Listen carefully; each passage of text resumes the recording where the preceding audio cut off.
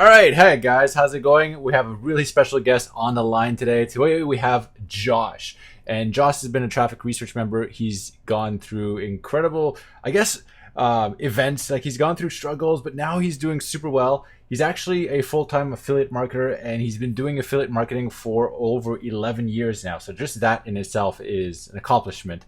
And he went through a challenging time, like me, when Panda was released.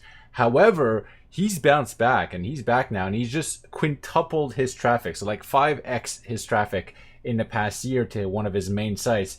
And that's kind of one of the reasons why I wanted to have him on the call today, is just because, getting 5 times the amount of traffic that you were getting is something to be talked about and celebrated. So first of all, congratulations, Josh. And second, thanks for being on the call.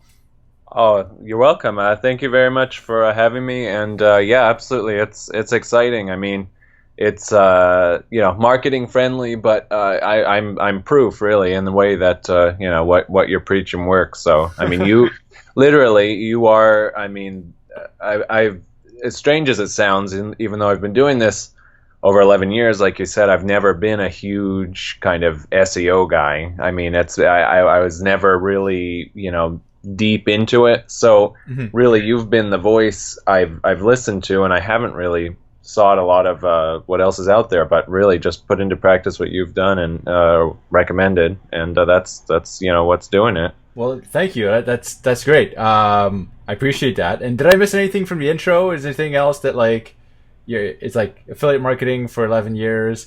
Have you dabbled or anything else, or is like you keep on coming back to this main thing? I do. I mean, it's been successful enough where I've stuck with it. I suppose that's kind of been something that's been on my mind over the years. I thought maybe I should, branch out a little bit, but then everything else kind of feels like a waste of time in a way. When I'm doing well with this, I don't like to divide my attention in a way.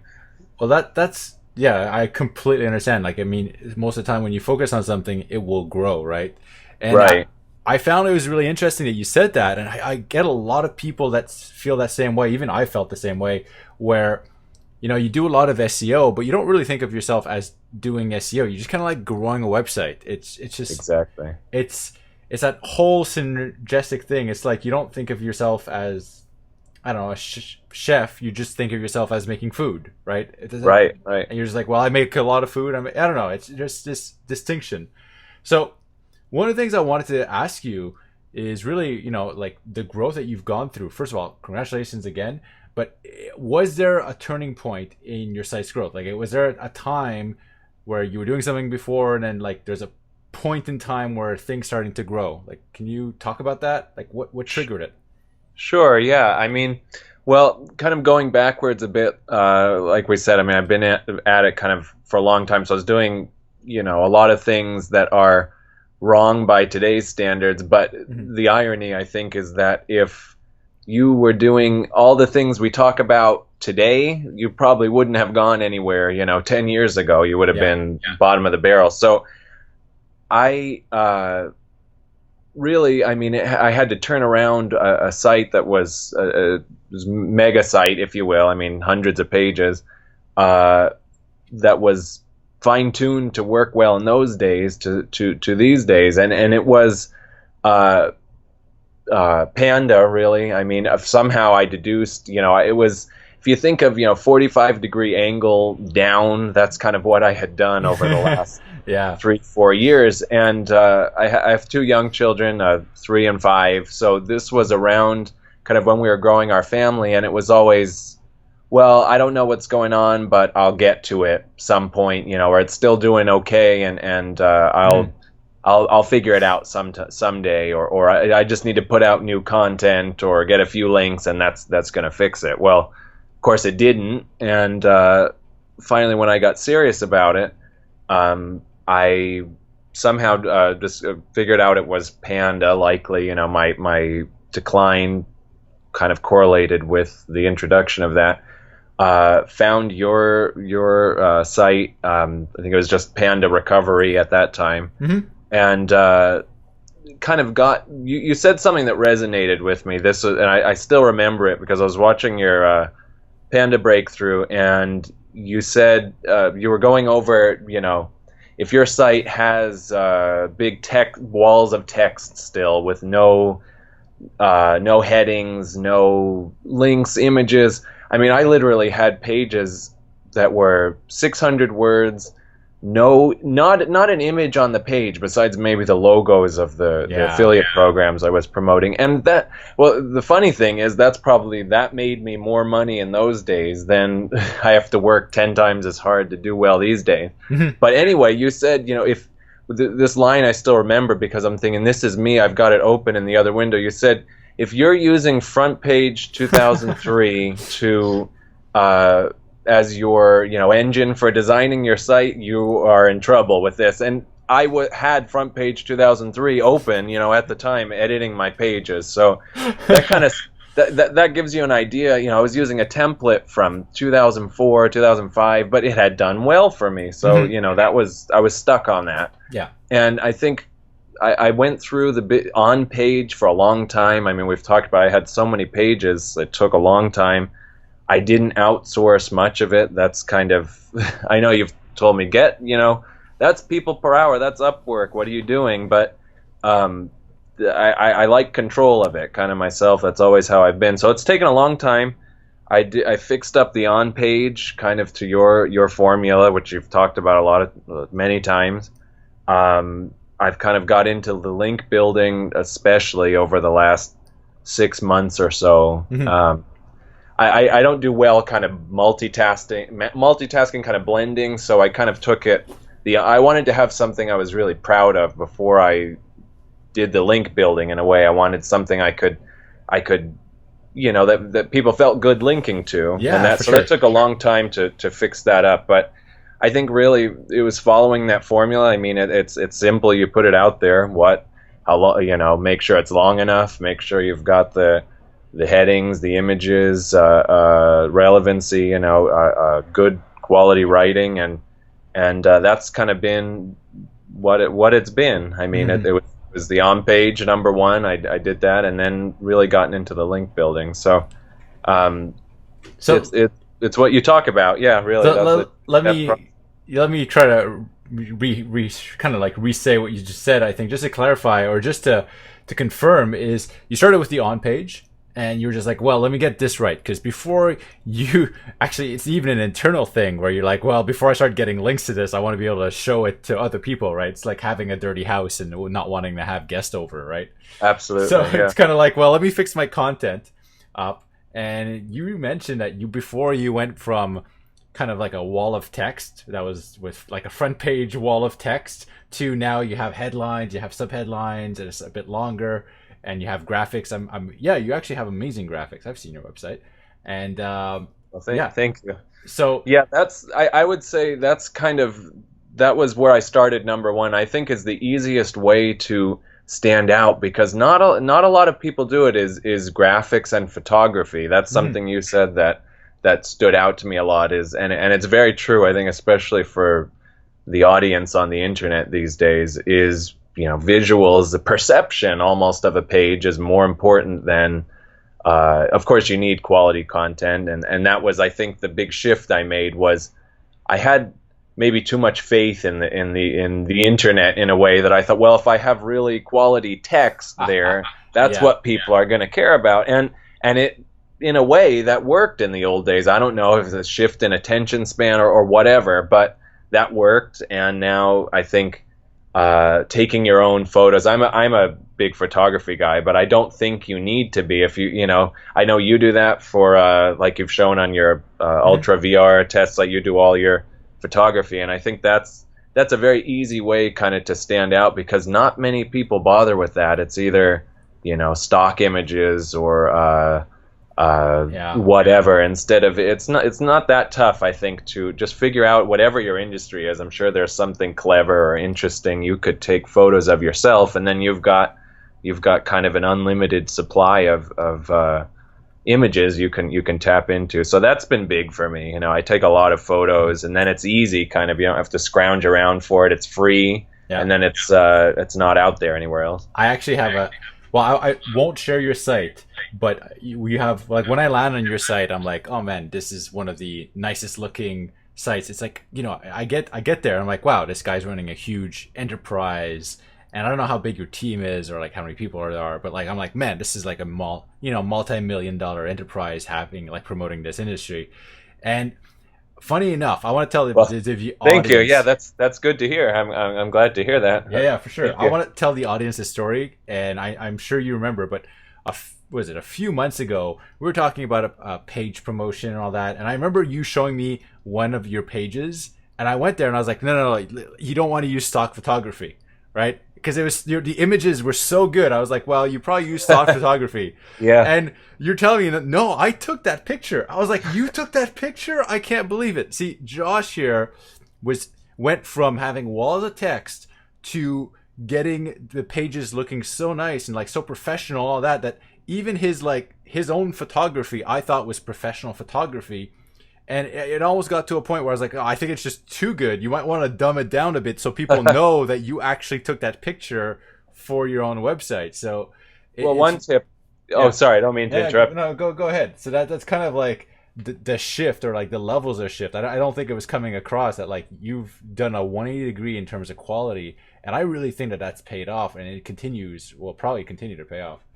Yeah, absolutely. I mean, yeah, that's what I've worked hard on, and I remember that. Yeah, that was funny. I didn't want you to get the wrong idea. I was telling, no, that's my hand. That's me there. So I've actually taken one of your videos. I think it was making the Ultra VR site where you watermark it, and you gave me an idea. I thought, well, I don't want people to think that's a stock image. So I've actually started putting little corner watermarks or one. This is an easy way, actually, while we're discussing it. This is something I've used a lot that is an easy way that you don't have to watermark your images, but it's clear, very clear then that you took it yourself, is actually have some kind of merchandise or branding built into the photo itself. So, Definitely. It would depend obviously on the industry you're in, but you might have a gaming controller. It might be worth an investment to put your brand name on it, get something custom made, and then you can kind of feature that all over the place, and it's right in the photo, so no one can take it. I mean, I've had a lot of issues with that. That's kind of part of why I do that now is just theft of images is so rampant that 100%. Yeah, I mean, if you have a T-shirt that says your name, your website on it, and you're not in a picture, even if the picture looks amazing, if someone takes your picture, it doesn't make sense because your name is on it and your website. Exactly. They have to like Photoshop your T-shirt out and all that. Right. So, Go ahead and take it. You're giving me advertisement. Exactly. That's a really good tip. That I don't know. I think we're talking about SEO, but this actually is kind of like the whole marketing, getting people back to your site, getting people to search for you. Because if someone does steal your picture, assumingly, but you have your T-shirt with your website and then they go to Google and they start typing up your website, that's a positive signal for you. That's like someone searching for your website in Google, which Google rewards. So anyways, exactly. It's amazing. Now let's move on. Actually, one last thing. During this time, that's actually a really good trick, but have you developed any other special on-page tricks that you'd like to share? Well, I mean, most of it has started kind of with your recommendations, and then I've kind of fine-tuned it to what I prefer. I know you talk about it over and over, but I think headings obviously need to be stressed. I mean, I like to take them, kind of one of my passions, to sidetrack a little bit, but like you said, it's not, I think it ties closely in with SEO, is kind of the psychology, breaking up visually things, even if it isn't directly related to SEO. It's going to help which will in turn help your on-page, user experience and things. But I go down to H4s, even a lot. I think one tip you gave once is kind of a ninja tip. You said is you often will put the keyword in an H4, which a lot of people don't even go down to H4 at all. I mean, so that's something I've done once in a while. I think captions on images are underused a lot. Strange as it sounds, I barely see that done. Even on big sites, don't always caption the images. I think that's another place to get in kind of some LSI or direct words. Yeah. Oh, go ahead. No, go ahead. I was just going to say something you've said that I've done a lot is kind of image names, I mean, that's something I don't know if a lot of people think about, but why not, get your keyword into the image names, block quotes. That's something I've used a lot. I don't see that often, and it's funny, I've seen some of my competitors, I think, might have, in my industry, have taken that a little bit when I didn't see that before, but I had even just the stock block quotes look pretty good on, say, WordPress, but you could even customize the CSS a bit on that. Yeah. But I found that's a way to kind of make something stand out. I don't know if that's a ranking factor, but I like to do that. It looks a little, you can get a key point across. Bolding text, that's something I don't see a lot. That's kind of a classic copywriting thing, but I don't know if that's SEO necessarily going to help, unless it's, I've heard one time if you bold kind of a main thing near the top of the page, that might be old school. I don't know, but that's something I like to bold, key parts of text.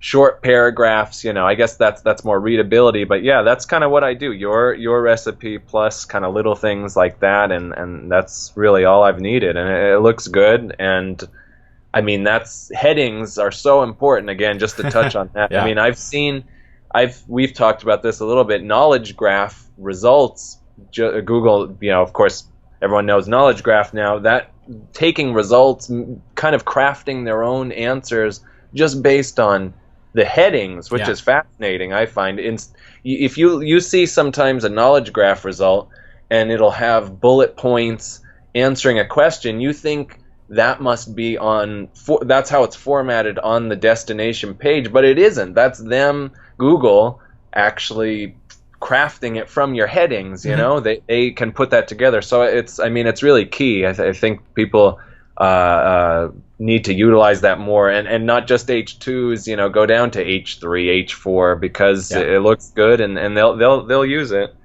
Yeah, for sure. Like, that reminds me of one of the conversations we had where we're looking at your table of content, and I mentioned that, like, if your table of content looks appetizing, if your table of content looks interesting, that's what people are really going to want to read and go through, and it's going to help your rankings. If your table of content is just like very stale and boring or short, you're going to have a much harder time ranking and getting people engaged. It's really the table of content, which is the headings, the H1s, the H2s, H3s, and the H4s.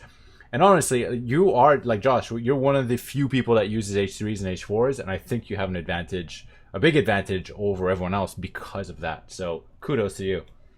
Thank you. Yeah, I think that's important. Agreed. Yeah, I've seen this is. I guess maybe this is. You just reminded me, kind of a little trick in a way of how important headings are. I think my site is the main site we're talking about is one of the only ones I've seen in my industry, at least, that gets the extra Google line underneath the description text with headings, and I barely ever see that, and they do that frequently on my pages based on the headings. You get an extra line of links directly to those headings. Yeah, I know. There's nothing better to have people. Yeah, exactly. You get an extra line. It's usually bold, and you get your subheadings. People could click directly to it.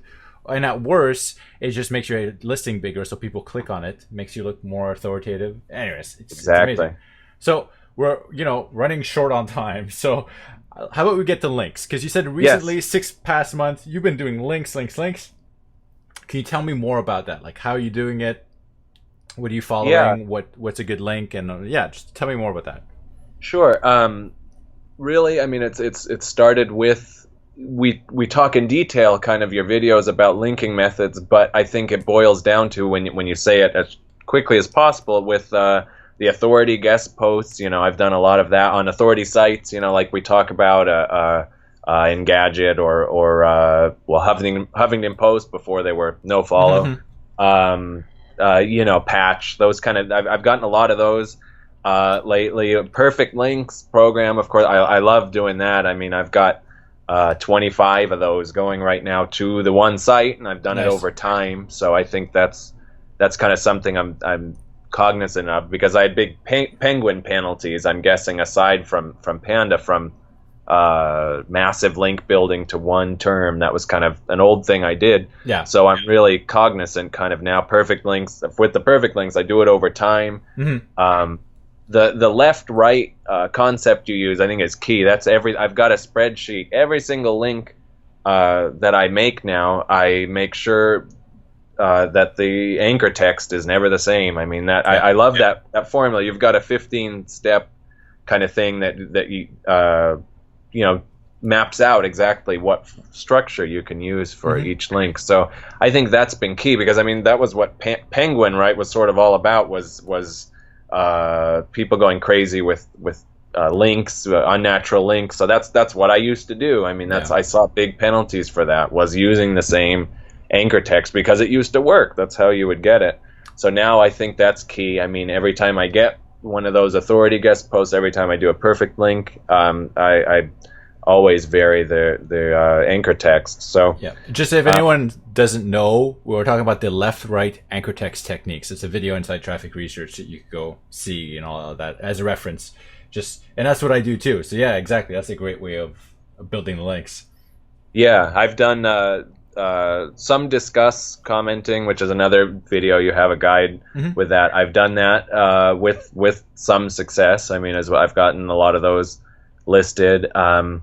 I do still buy some links if I can find a good opportunity on a homepage somewhere where I can get it, in content. But that's kind of less of what I do. It's mainly really that I look for the big authority sites, the guest posts, like you talk about it, and it doesn't take much. I mean, you can get those, and then the perfect links. I mean, those are kind of my two bread and butter kind of options right now. That's great. Actually, one of the things that's one of the things that makes it even more challenging, I don't think the audience realizes, is that I won't name the industry that you're in, but you're in an industry that doesn't always allow for links, right? So some link services don't want to even build links to you. So it makes it extra challenging for Josh to be able to find links, because most of the time, he has to either get them naturally or manufacture them, but he can't go to some of the big guest post services like PosiRank or the Hoth because of the industry he's in. So exactly. I hope it'll give you a clue that he's in a really competitive industry, and he's doing really well there with the stuff he's talking about. So listen to him and take him seriously. Like the guest posts, the discuss commenting, he's using perfect links. He's also still getting, I guess, other sources for like homepage links. And I guess that's going to be the bulk of it. Are you getting any natural links? Like, are you using social media? Like, what you want to tell me more about that side too? Yeah, and I know, like you said, I could talk about it for ages, so I won't. But the kind of a big thing, a key kind of turning point for me was getting listed in Google News. Actually, that's huge. Yeah, tied into the linking, because it's not right for every site, and in fact, most sites are not going to be approved if you have a small-ish site. I mean, this is going to be kind of for people with bigger sites. But if you're putting out news content, that's one thing I outsource, because most of the time the pages are pretty low value. I don't want to spend a lot of time, effort on news. So that's something I do outsource. I have a writer I trust for that. But I was rejected once, kind of listened to all their absurd rules on how to get into Google News, but I was able to. And I mean, that's kind of the biggest source of free traffic. It's pretty incredible. I mean, that's kind of the easiest way. You get indexed, everything you put out, indexed immediately. I'm even surprised. I mean, I've gotten 500 visitors, within a few hours of putting out news content. So getting to the point. Those articles often get linked fairly often, because you've got other journalists or other people, even in your industry. Of course, they're going to report on what you're reporting on, so they'll link back to the source, and you get links from that. And the key is being seen on Google News from that. So that's amazing. So that's actually really, really cool. So essentially what you're trying to say is you hired a guy to post news every single day or frequently, and then you applied and you got into Google News, right? Exactly. Just to break it down in the easiest way possible. Like, it wasn't easy, is what I'm understanding. But it wasn't. Yeah, exactly. It took a lot of hoops jumping through, and but yeah, I was able to get it. So that was a good day when I got that, and I've I taught kind of my news guy, it's got to be these certain guidelines. So I apply all the on page to every news article, and then, that makes it all look better. And yeah, it's kind of, that's bait for more links because you're reporting on topical things. That's amazing. And gets indexed right away. And it's, if you've ever searched for anything that's a topic they show the Google News, that's kind of a knowledge graph in itself. That goes right on top of all the other results. So you are on top of those searches for 3 days. That's something I think most people don't realize, but they actually only show it kind of there for something like 72 hours. They won't index something anymore in there if it's over 72 hours old. That's really cool. But you get that, those 3 days of good traffic from that. So we've talked about a lot of stuff. I think people have gotten a lot of really great insights. I wanted to ask about the investing. Either investing time or money. Like you talked about how you went to buy you bought a bit of links, and you're paying a content writer. Like, how you want to talk about how you invest into your SEO and keep your website growing?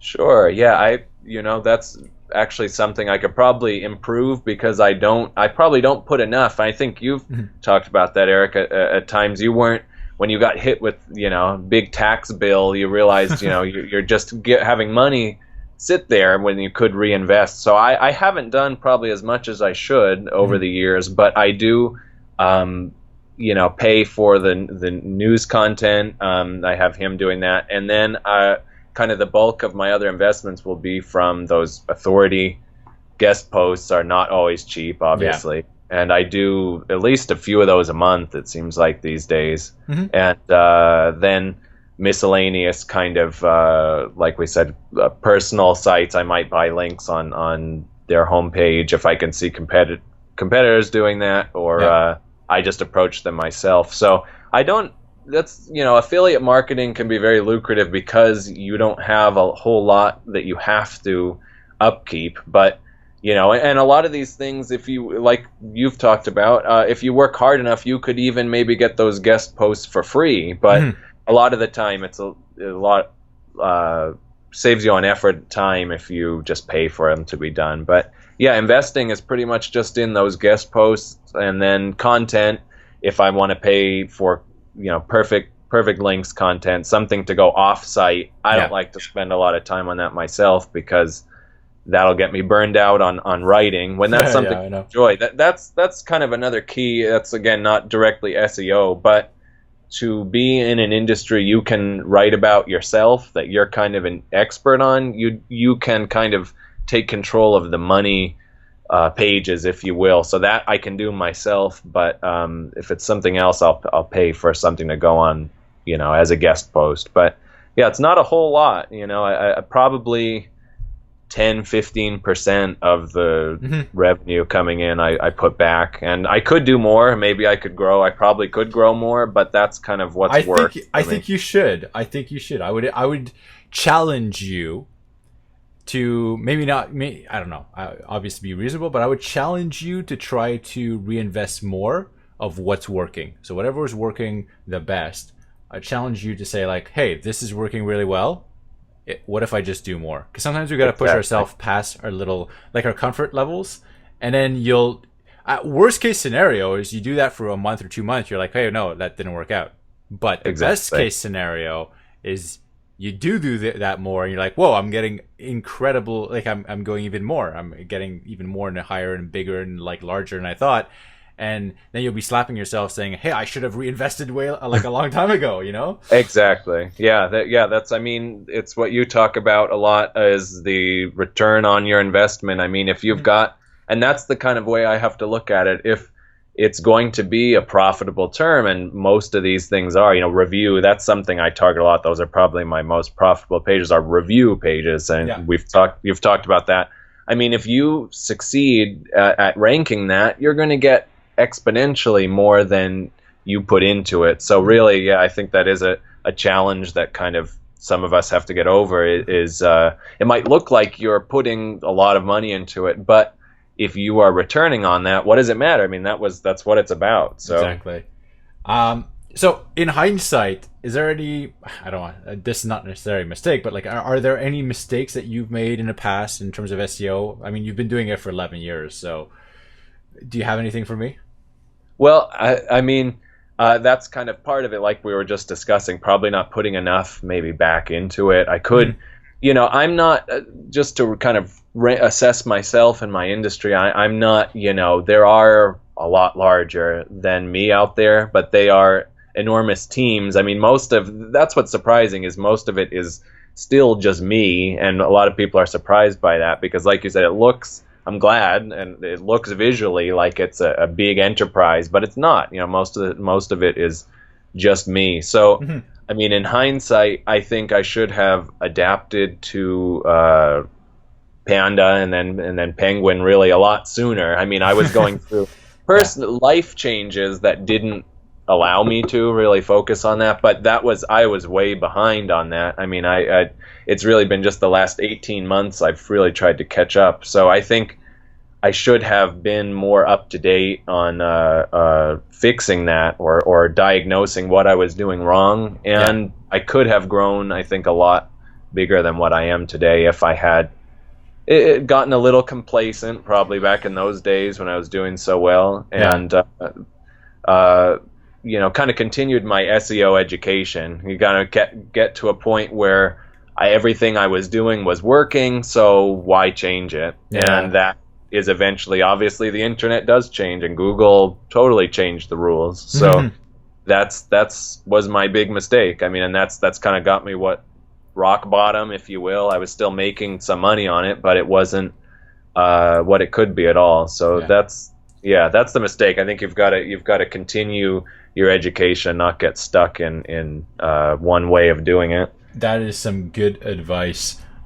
You want to do you have any other secret tips or tricks that you keep close to your chest when it comes to like marketing online or SEO or anything that you maybe haven't talked about? Well, I guess we've kind of discussed a little bit, but I mean, I could talk all day on the psychology kind of conversions. I guess that's not directly SEO, but I want to know, like, conversions. Well, tell me. I mean, that's you had a long video that kind of inspired me on CTA click through. I mean, that I'd be very interested if that's. I would love that to be more of a ranking factor, because that's something I feel like I have a big advantage in my industry. That as much money as some of these people make, they're doing SEO very poorly, and especially on page and titles, things like that. I mean, most of the big searches even competitive searches and they've just got these terrible titles, or they waste the title tag on the name of their site on every page, or it's just poorly designed for conversions. I mean, things like testimonials, that's been a big one I've been implementing. Obviously, we've all seen that on sales kind of page, but you don't have to limit that to sales pages. It can be on reviews are a big thing. I use testimonials. That's kind of a funnel in a way I've built in that I've got on many pages. I built a whole opt-in program. That's, again, not directly related to SEO, but in turn you can use it to help you with SEO, because I've got a whole system of content I give away, I tempt people with on the site, and once I've got them opted in, I have a whole system that requests testimonials from people, and not everyone replies. I get maybe 10 or 15% of them, but those 10 or 15%, you get these glowing kind of reviews or people talking about products you can then use yourself to implement on the page. And I think that's been something. The schema, what is that? The rich snippets. That's another thing I think are underutilized a lot, and they're so easy to implement these days that you wonder why. That's kind of one secret. I saw one. I don't know if you'd call it secret, but one of my kind of probably biggest competitors, I noticed they were very good at this, is putting pages you wouldn't necessarily think would get a rich rating, the star rating. They were you look at every other one, even on the top page, no one has it, but they had it. So I thought, well, they're going to get the traffic. I've got to duplicate this. So I tested it out on one page. And it's not ranking that great because I haven't built any links to it, but they put the rating. I can see I'm ready there. It's kind of a coupon-like page, a coupon or promo code page, but I'm rating the promo code actually. So they give me, I use a plugin. That one you can get them for free. There are all kinds of plugins. You can rate all kinds of things, and you'll get that star rating, which of course is huge. You'll stand out enormously. Yeah.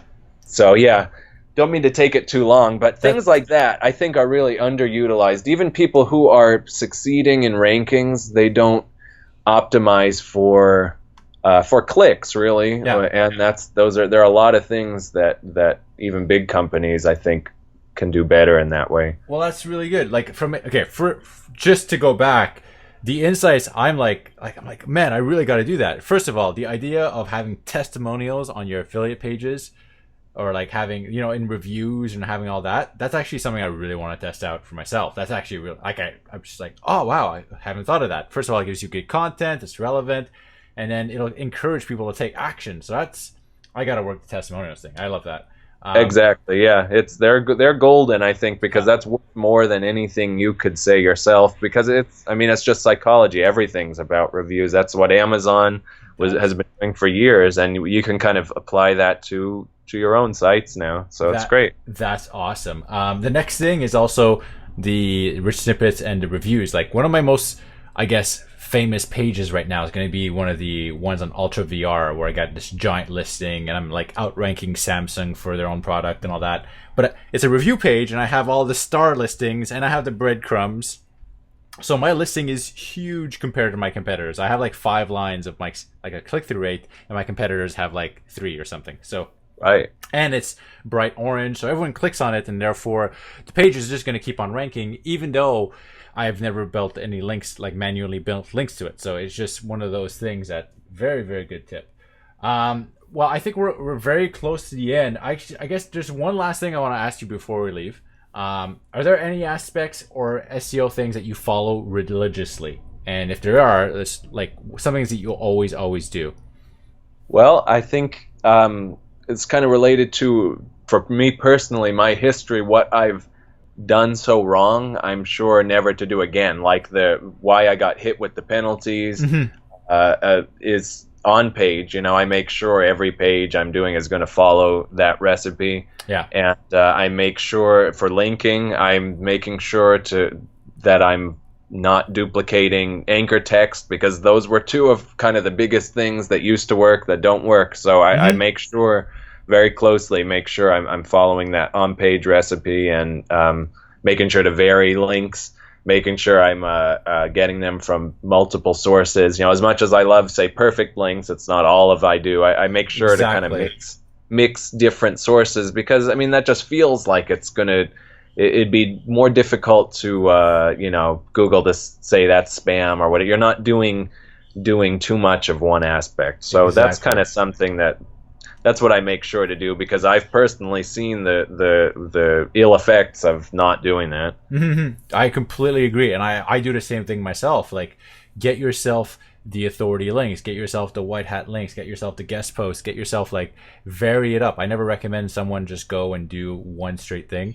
And I love the philosophy you have, which is, play it safe. Like, create good content. Create content that's supposed to be ranking where it is ranking. So if you're ranking number 1 and a real user clicks on it, is he like, oh yeah, it's supposed to be there because it's really good? Or is he like, oh, this has been spammed, it's been artificially pushed up? If you're in the second category, then I would recommend you reevaluate and make stuff that belongs on top, and then typically you won't have any issues. Absolutely. Yeah.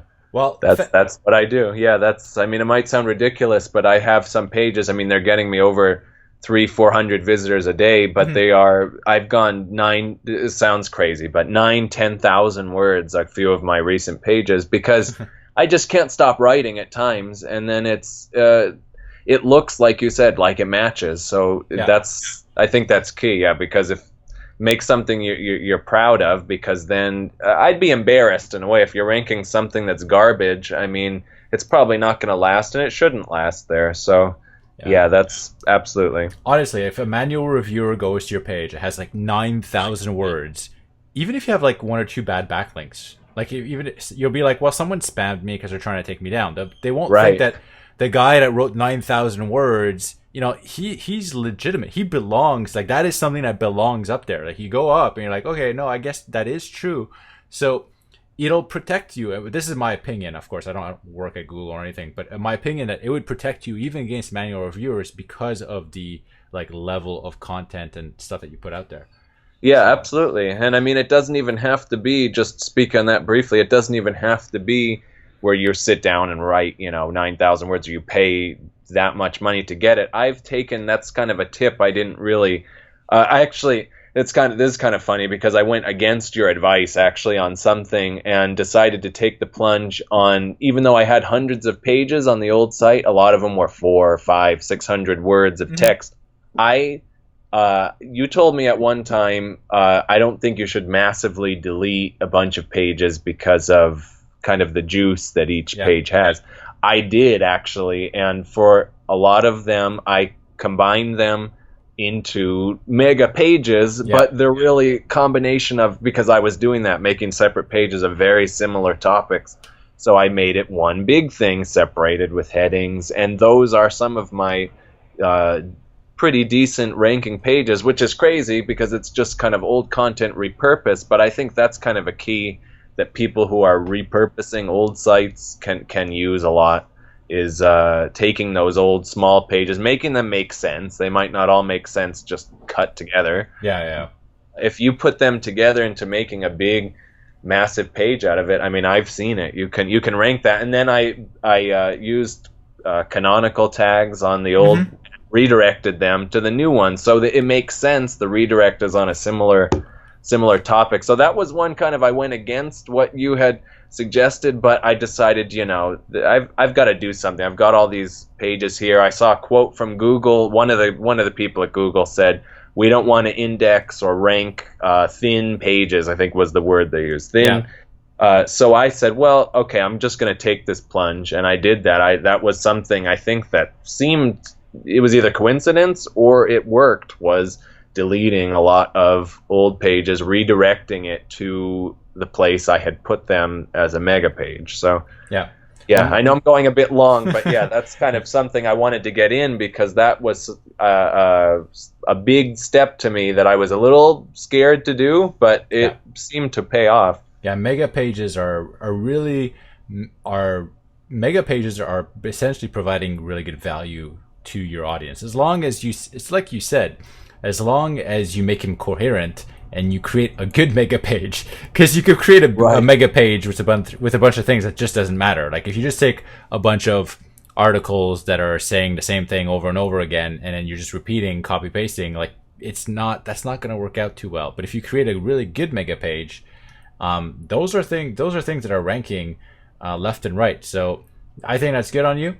Is there anything else you want to mention before we go? Anything you want to promote or anything? Like, I want to keep, all your stuff as private as possible, but if there's anything you want to promote, or let me know, or a website. No, it's I did this for our membership or whoever's listening, so it's not really self-promotion. Just enjoyed being here, and I guess, like I said, so many people are making mistakes in my industry that all the quality people we have on board, I don't really need the competition. So, which that's something I think you're very brave. I mean, I know obviously you have some projects, not everything's public, but that takes bravery. I think that's something I've struggled with. Maybe it's I don't want to. It's tough to encourage that in a way, encourage competition, but that's something everyone who kind of gives guides to what they do, I think, wow, that takes some bravery, because you could just keep it to yourself. But there's some pros and there's some cons, that's for sure. So all right, well, thanks a lot, Josh. I really appreciate having you on here. I hope that the audience, and I'm sure they have, gotten a lot of really good nuggets out of this, like really good things that you could go and apply right away. I know for myself, I'm going to be testing out the affiliate testimonials, which I'm like, oh yeah, I should totally do that. So that's something I would definitely want to try. And yeah, so thanks for being on, and I will talk to you soon. Yes, thank you for having me. I enjoyed it. Okay, take care. Bye. You too. Bye.